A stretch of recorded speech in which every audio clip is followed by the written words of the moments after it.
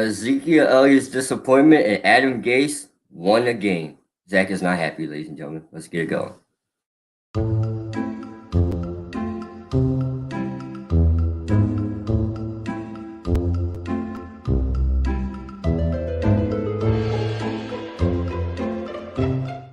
What is going on, everybody? Welcome to the More Than Philly Sports Talk Show. It's great to be here with all of you. It is Monday, the 21st of December, 2020. It is 11:11 on the East Coast. As always, you're alongside my co-host. Hanukkah has officially ended. It is the week of Christmas and Kwanzaa. We got New Year's next week. We got a jam-packed week as well. Eagles yesterday had a pretty close loss. We're going to be debating whether or not Doug Peterson deserves another year as the head coach of the Philadelphia Eagles. And, of course, tomorrow, NBA season officially starts. We'll break it all down. But, Gavin, first of all, how are you doing today? Zach, I'm doing good. Listen, it's going to be a jam-packed week for everybody. The holidays are here. And yes, ladies and gentlemen, for those who did ask me, we will be here on Christmas. Zach, I don't see why not. I'll be here. We all will be here. The NBA is going to be there. All right, well, not with us, but it'll be here on Christmas Day. NBA is going to be here tomorrow. Zach, Adam Gase won a game yesterday, but and real quick, Tiger Woods' son. That's something we can't ignore. But Zach, how you doing? I'm doing good. As you pointed out, yes, the PNC Championship was this weekend, an informal PGA Championship that allows for you and a family member to have a two-man best ball. And, I mean, look at it. Tiger Woods, Charlie Woods, able to secure them. So I think 6th or 5th place under par. Great day for them. Charlie Woods, a true eagle of his own. Definitely going to be a player to look out for in the future PGA Tour. Again, one of the greatest of all time, if not the greatest golfer of all time, Tiger Woods, who's been very competitive in the game since the early to mid-1990s. A very great week for him. So looking forward to that. I'm sure that's going to be a story that's not going to go away anytime soon. He's only 11 years old. I can see him turning pro, Gavin, by the time he's 16, honestly. That's the same time that Justin Thomas turned pro. I think we can see Charlie Woods there very soon, the way he plays. Did you see his swing, Zach? Did you see it? Did you see how close he got the ball? Actually, he looked better than his dad at some point. He got an Eagles, Zach. Hell, an 11-year-old is getting Eagles out here. What is that? And I'm not talking about that team in Philadelphia. All right? We'll get into that, all right? But he got an Eagle and a couple birdies. Zach, he's going to be a stud. I texted you literally 30 minutes ago, and I said, I see a couple green jackets and championships in his future.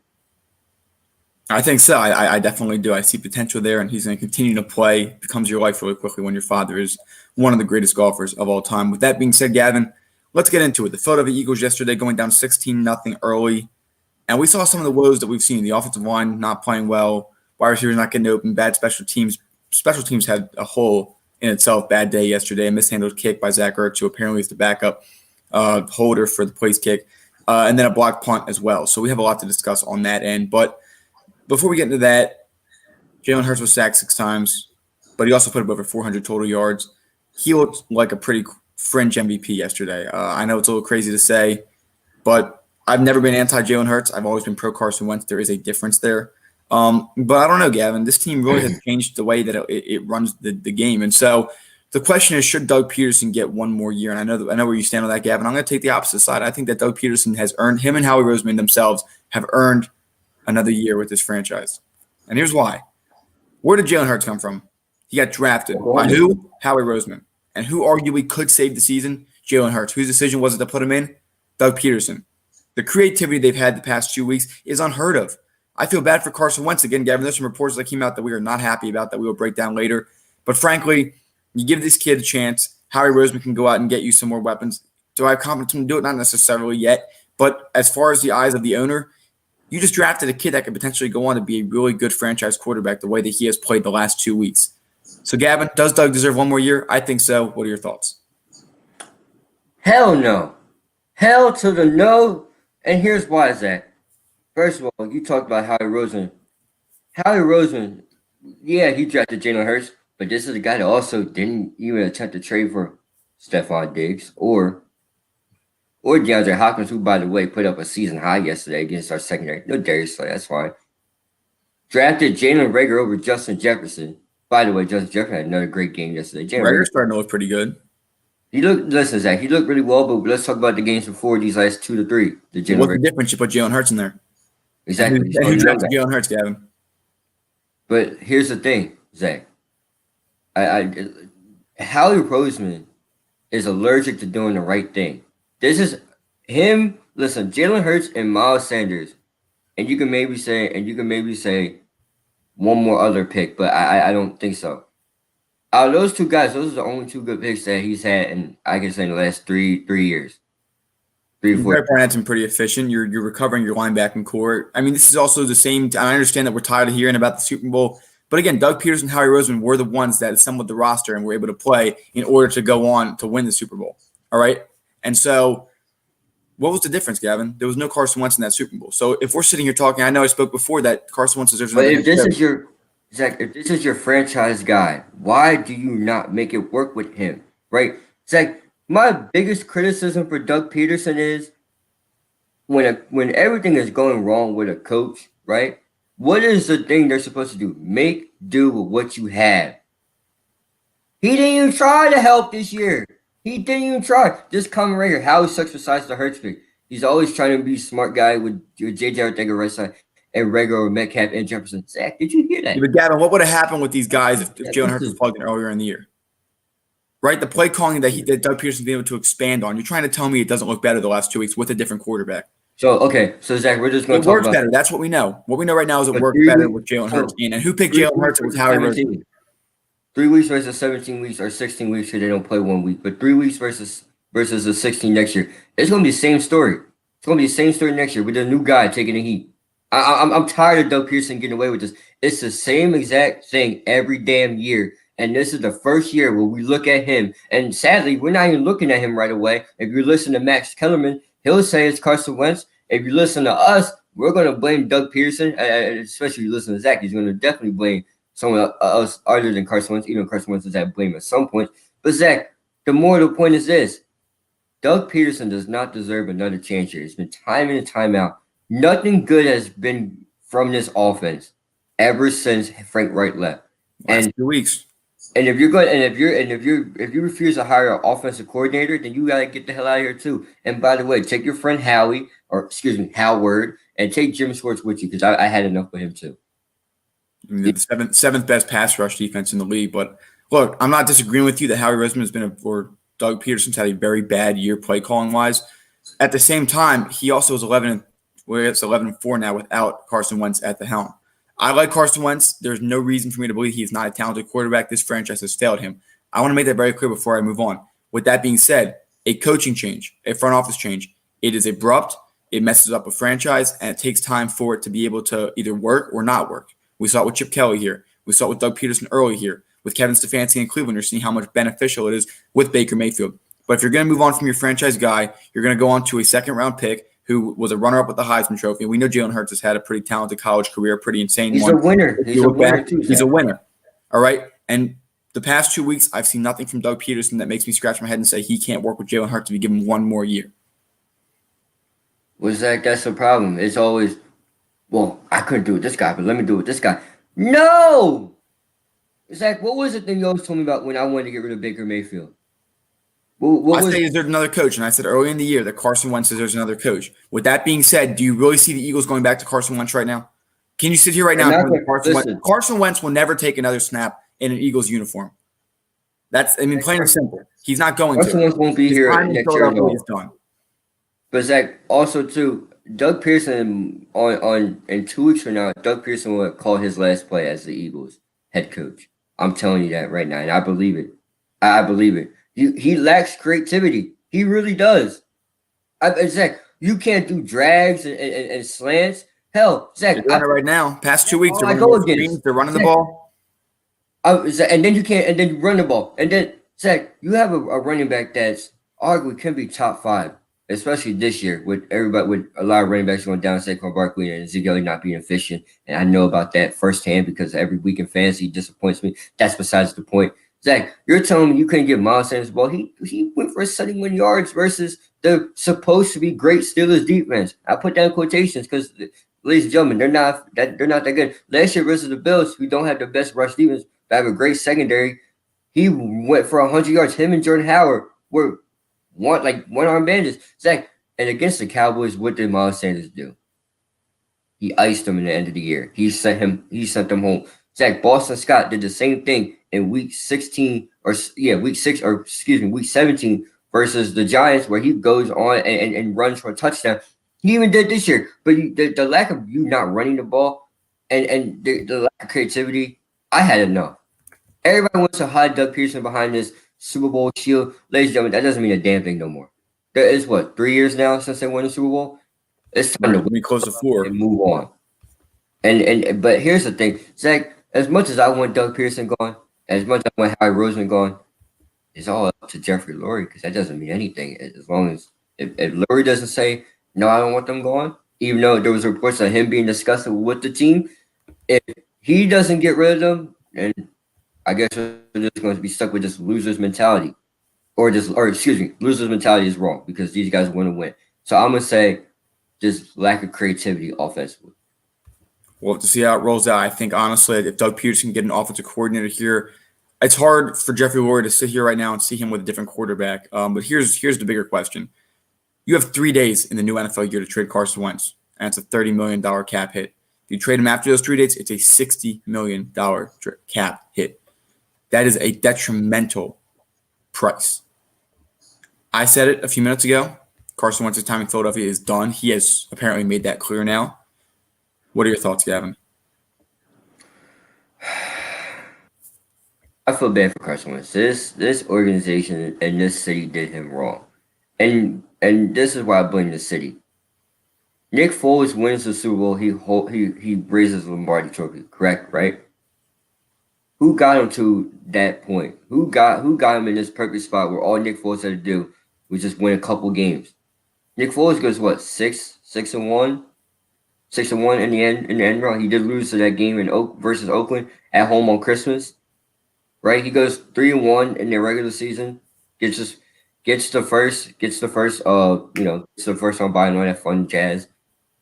Then wins, barely beats Atlanta. Let's talk about that. Barely beats Atlanta. A lucky miss by Julio Jones, right?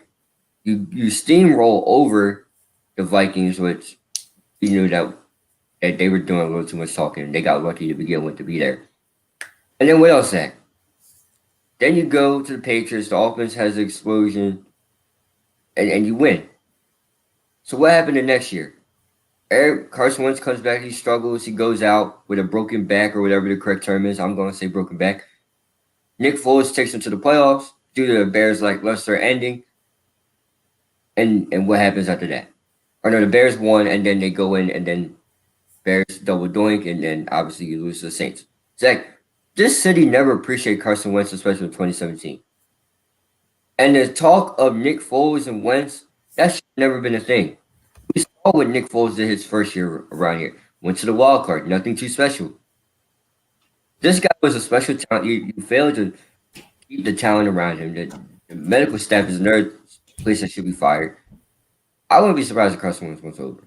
And to go to your first point, if I'm Indiana, I got to look at Phil Rivers and say, did you do enough? Or did you just do enough to get by, or did you actually do more? I don't think he did more. Yeah, this is a very expensive contract. There is belief that you can get a low first-round pick for him. You'd be lucky to get that besides just the salary dump itself. I imagine that any team that takes him would restructure that contract if Carson does desire to be a starting quarterback. Who takes the first snap for the Eagles next year, Gavin? In the 2021 season, Jalen Hurts will be under center. Do you like that decision? I do like that decision. It's going to be hard, but I do like the decision. Plus, Zach, mobile quarterbacks, even though you might be a little bit against it, but mobile quarterbacks are becoming the new normal now. Look at Trevor Lawrence. Look at Justin Fields. Look at Patrick Mahomes. Even though he's not the fastest, but Patrick Mahomes has wheels on that foot.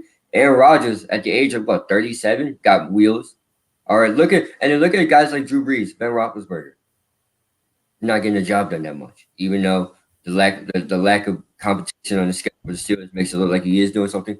That situation didn't look that good. Standing ducks are not the move no more. Lamar Jackson and the new coming is here.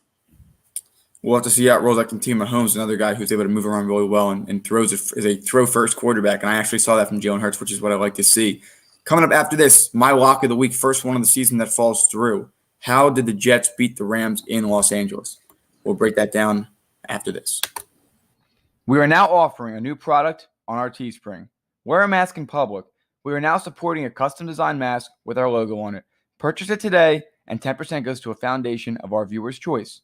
It offers a full nose and mouth coverage, single-sided print, includes two 2-inch elastic ear loops, non-medical grade product, and finally, $1 from every mask sale is donated to a nonprofit to feed children in need. Enjoy today's episode.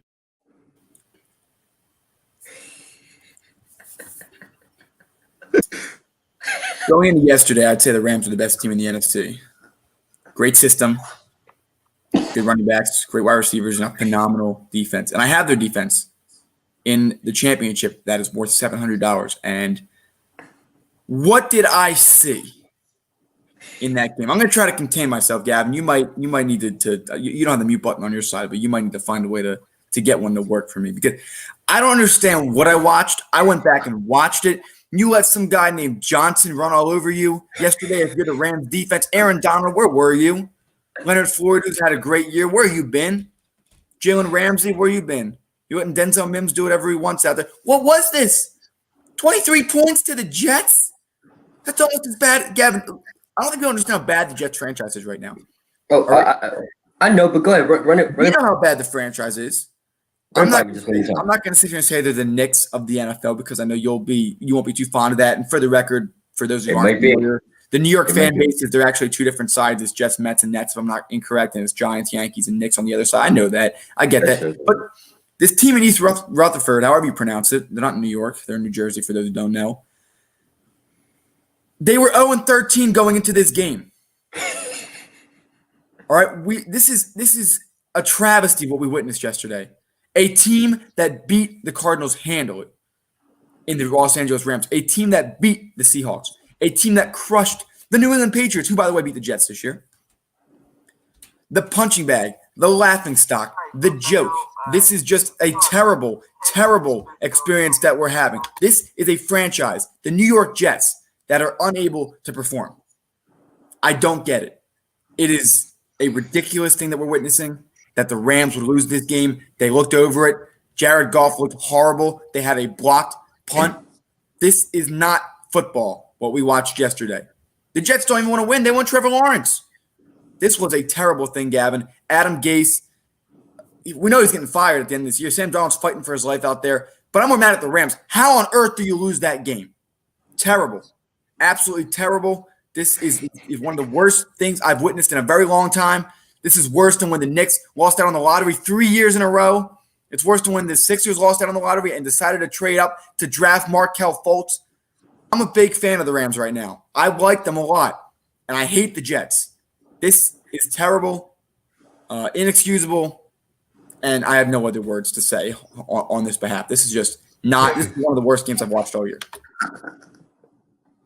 You all right? You good?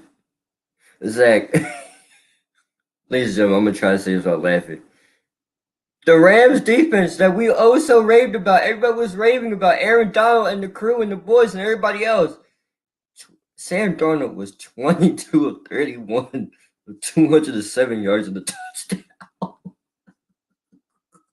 And wait a minute, Zach, it wasn't Johnson that was running all over the Rams defense. Zach, get this, because this is really gonna upset you. It was Franco. He's old. He's probably double the age of some of these rookies on that team. Frank Gore. If you listen to ESPN Greeny this morning, Mike Greenberg, he said Frank Gore was 62 years old that ran over the Rams defense, 59 yards of the touchdown. All right, now let me go to the Rams. Right. Where was Jalen Ramsey? Aaron Donald, this is one of the worst offensive lines in the league. Maybe the Eagles might have him beat for that. I don't know. But you did not get, and correct me if I'm wrong, he did not get, one sack? Right, Zach? Jared Goff is not that dude. I've been said this before, Zach. Jared Goff is not that guy. Now, it's not Jared Goff's fault that there was a lot of drop passes, right? Zach, what is he going to do? Drop passes, and then you didn't look at it all. He's throwing the ball to the ground. Zach, it was 3rd and 4. He needed 4 yards. Or was it? Or it was 3rd and 4 or 4th and 4. He needs 4 yards, and he tosses it deep on Marcus May, the best secondary player they have on the Jets, and the ball gets swatted down. Zach, you hate to see it because if you're Jets fans and Jets fan pages have a lot of Trevor Lawrence like as a cover and wanted Trevor Lawrence. If you ask Trevor Lawrence, he want to go there. Trevor Lawrence is the biggest winner, not just Saturday, Zach, but he won on Sunday because the Jets won. The Jets won. Adam Gase, I don't understand how you, I don't know how you do that. I mean, shout out to Adam Gase for one pissing off Zach for on a Monday. So I guess that's good. But also too, Zach, this just changed my whole dynamic of the Rams. They're not that team. They're not elite. And if you're Aaron Donald and Jalen Ramsey, two guys that you won't even see, it's rare that you find special talent like these or these two guys. Is that the fact that they have them both on the defense with some young pieces around? They're looking on their offense and say, Jared Goff is not that guy. Tiny hands. He had tiny hands coming to the draft. All right, Zach, we know his deep ball is all right, but he had wide receivers. Zach, I was telling you before, Todd Gurley was the reason why Jared Goff got paid. Yeah, a lot to reevaluate. They play Seattle next week. That will be a matchup interesting to watch coming off of that When it loss. gets the division, right? I think so, and that will pretty much lock it up. Coming up after this, though, college football playoff. Why is the committee forcing Notre Dame upon us after being embarrassed in the ACC championship game? We'll get our thoughts on the ranks as well as predictions for the Bengals and Steelers game after this.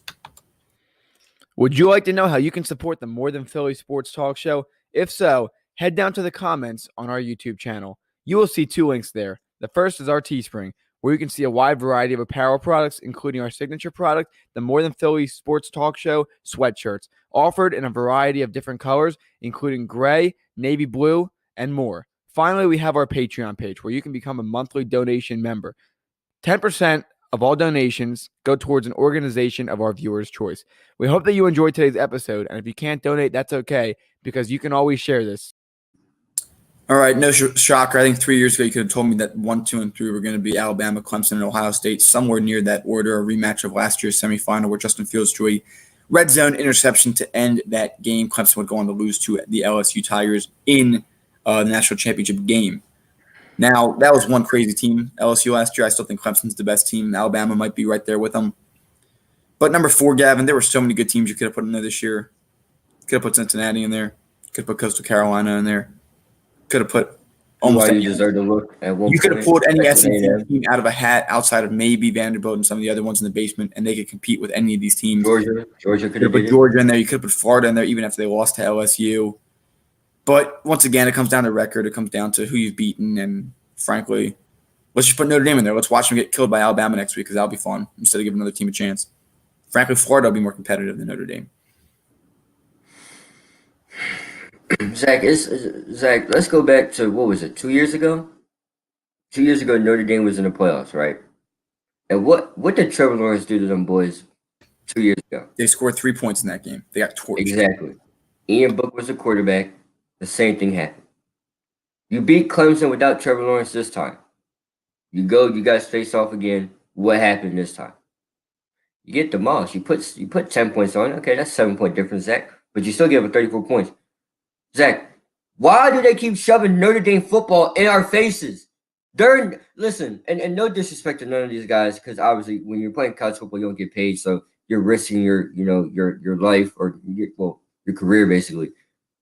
But Zach, Texas A&M, Florida, the teams we just named, Georgia, any one of these guys, they deserve to be in there, especially after being whooped. Zach, I thought when a top 4 team loses, right, especially as bad as they lost, and they were number 2, and Clemson was what, 4 or 3? 3, right? 3. Once I thought when a top 4 team loses, right? Correct me if I'm wrong. When a top 4 team loses, You're done. don't they get bounced out of that? Don't they get bounced to hell? When Alabama lost to LSU, right, Zach? That knocked They them out. bounced them all the way out the top 10.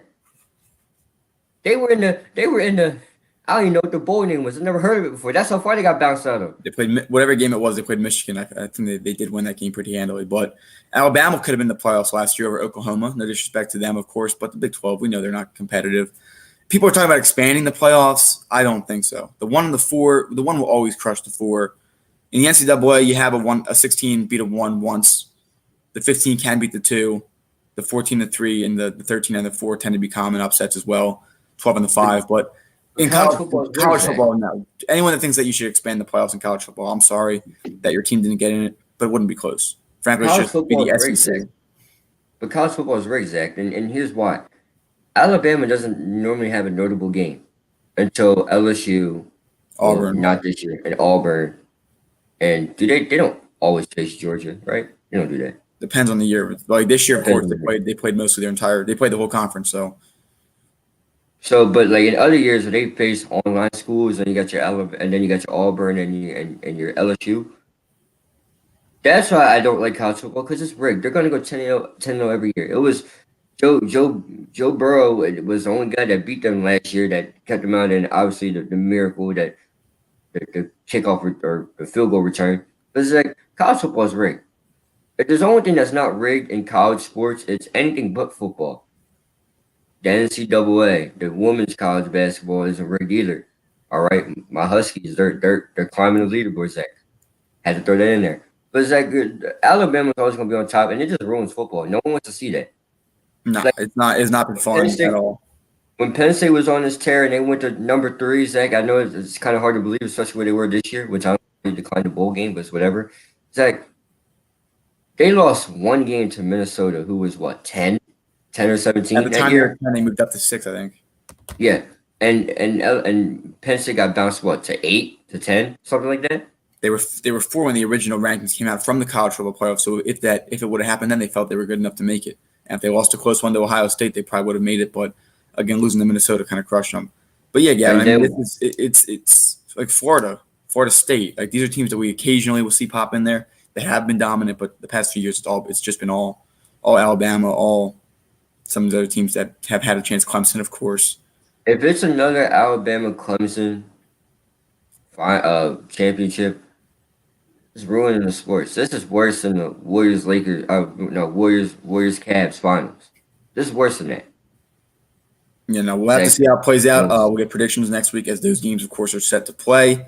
But Gavin, finally today, Monday Night Football. I'm going to go with Pittsburgh. I think they're going to win tonight. It's going to be about being able to find a way to run the ball. But again, it's an inferior opponent. They should always win. Well, Zach, the clear-cut pick is obviously going to be Pittsburgh, Zach. But here's my thing. I'm gonna roll with. I'm gonna roll with.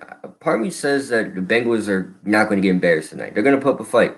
They put up a decent fight versus the Cowboys last week. I know the Cowboys, but the Steelers has been exposed recently. And by the way, Juicy Smith-Schuster, stop dancing on people's logos here. You're pissing a lot of people off. Josh Allen said he can do all the damn dancing he wants. He do all the damn dancing he wants, but they're not going to win the game. What happens, Zach? They lost. So if Juju does another dance, I'm pretty sure that's going to put that might rub people the wrong way. We know a Steelers fan that said that, and I'm going with the Bengals tonight. I'm going with the upset. All right, I think that would do it. Again, Pittsburgh beats inferior teams. Again, no one's fond of how the wide receivers are acting right now, including myself, who I've been big on the Steelers this year. But Gavin, we'll see how it goes tonight. I need Eric Ebron to get me 40 points. I doubt it will happen, but you know what? At least I made it to my championship in my big money league. Zach, they're sore winners. When the Eagles were winning, they weren't as bad. When the Panthers were winning, they were a little bit over top. But once again, the Panthers went 15-1. All right. There's a fine gap from if you're going to win more than 14 games or 14 and up, then so may be it. Steelers aren't going to win. Steelers aren't going to win that many games. No, I see them going 13-3 right now. Tonight would put them at 13-3. I think tonight does clinch the division as well. But Cleveland last night as well, big win for them. Tomorrow we'll go over some of those games to recap. I know we're a little bit short on time today, but Gavin, anything else you want to go over? Real quick, Zach. Now, if they somehow lose tonight, number one, that's gonna start me up, obviously. But also, Zach, Cleveland can win the division. 2020 has been a year. Very possible. What a year 2020 has been. You got the Lakers sadly winning, the Jets winning that infuriated Zach. The New York Knicks are still gonna be irrelevant, which is fine with me. What a year, ladies and gentlemen. What a year. Yes, when we're doing our full year recap next week, we'll be doing a special edition show next Thursday. It will be fun, so make sure you're here for it. We might get some guests on. Go over the year as a whole. It's been a crazy one, but we've all been through it together. And with that being said, as always, everybody, thank you so much for watching the More Than Philly Sports Talk Show. It was great to be with all of you today. Have a good one. JTES, Jets. Have a good one, everybody. If you enjoyed today's video, make sure to like, comment, and subscribe if you haven't. In addition, hit that bell icon and set it to all to get reminded of when we go live and when we post excerpts of our videos. Again, thanks for watching.